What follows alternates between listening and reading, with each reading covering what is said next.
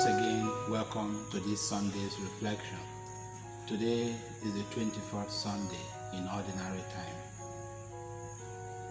And the readings of today, the first reading, which is from the book of Sirach, Ecclesiasticus, chapter 27, verse 30, and then chapter 28, from verse 1 through to 7. And the second reading is taken from the letter of St. Paul to the Romans, chapter 14, 7 to 9. And the gospel reading of today from the Gospel of St. Matthew, chapter 18, from verse 21 through to 35. And our psalm today is taken from Psalm 103.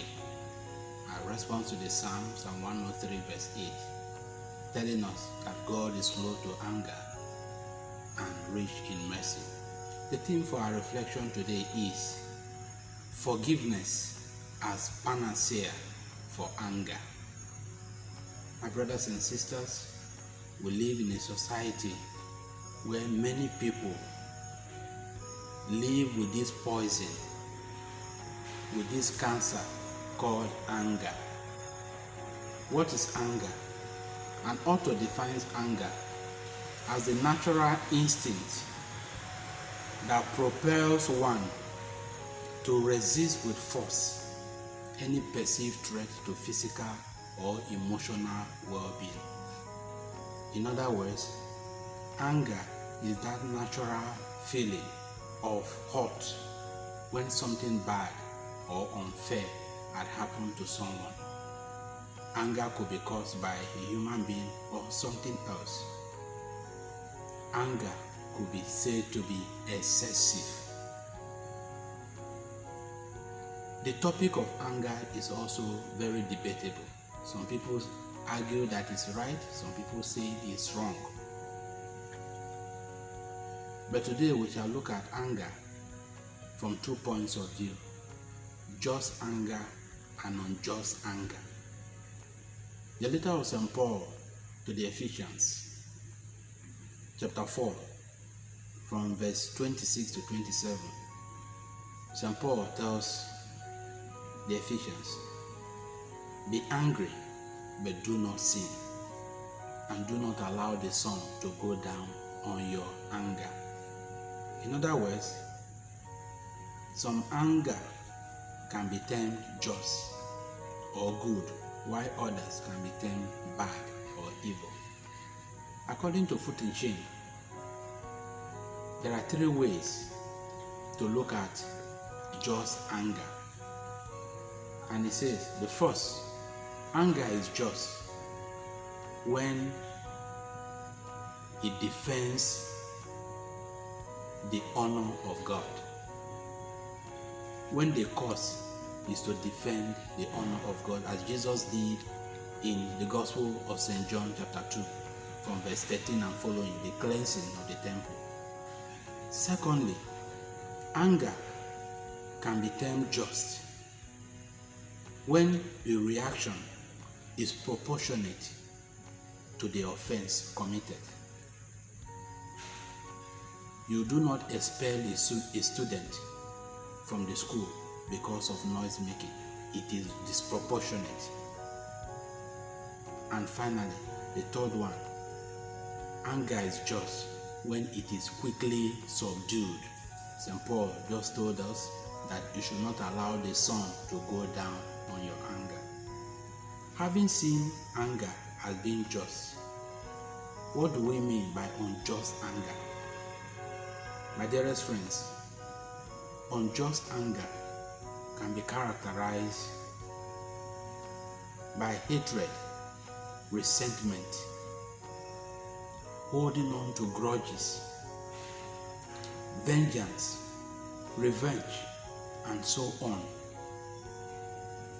And that is the point of today's liturgy of the word. The first reading tells us that wrath and anger are abominations to the Lord in the sight of God. The psalmist also echoes it in Psalm 37, verse 8. Do not give in to worry and anger, because it leads to evil. The same thing in Proverbs 29 verse 22. It says, those who are quick to temper, to anger, are always what? Quarrelsome and troublesome. When we look at all these, we see that this unjust anger is deadly, because it can lead one to the extreme of reaction. How do you react to your anger? How do I react when I'm angry? Does my anger lead me to sin? Does your anger lead you to sin? We live in a world today where many great men and even the so-called religious people find it difficult to put their anger under control. And that is why the book of Proverbs will tell us that it is easier to rule nations than to rule oneself. It is easier to control, to lead others, than to have self-control, especially with this passion of anger within us. But the liturgy of the word gives us solution. What is the solution? The panacea to anger: forgiveness. The first reading tells us that mercy and forgiveness are panacea to anger. And the gospel reading from the Gospel of St. Matthew, chapter 18, from verse 21 to 35, Jesus gives us a parable demonstrating that forgiveness is limitless. It has no limit. There is no point where you say, it is over, I need to react, I need to show my anger. And so let us pray as we celebrate this holy day, that the Lord will grant us that grace of forgiveness, because God forgives us even greater. God is generous in mercy. He is slow to anger and rich in mercy. And He invites us, you and I, that if we want to be a recipient of His own mercy and forgiveness, we too must be ready to show mercy and to forgive our brothers and sisters. May the Lord help you this day and always to learn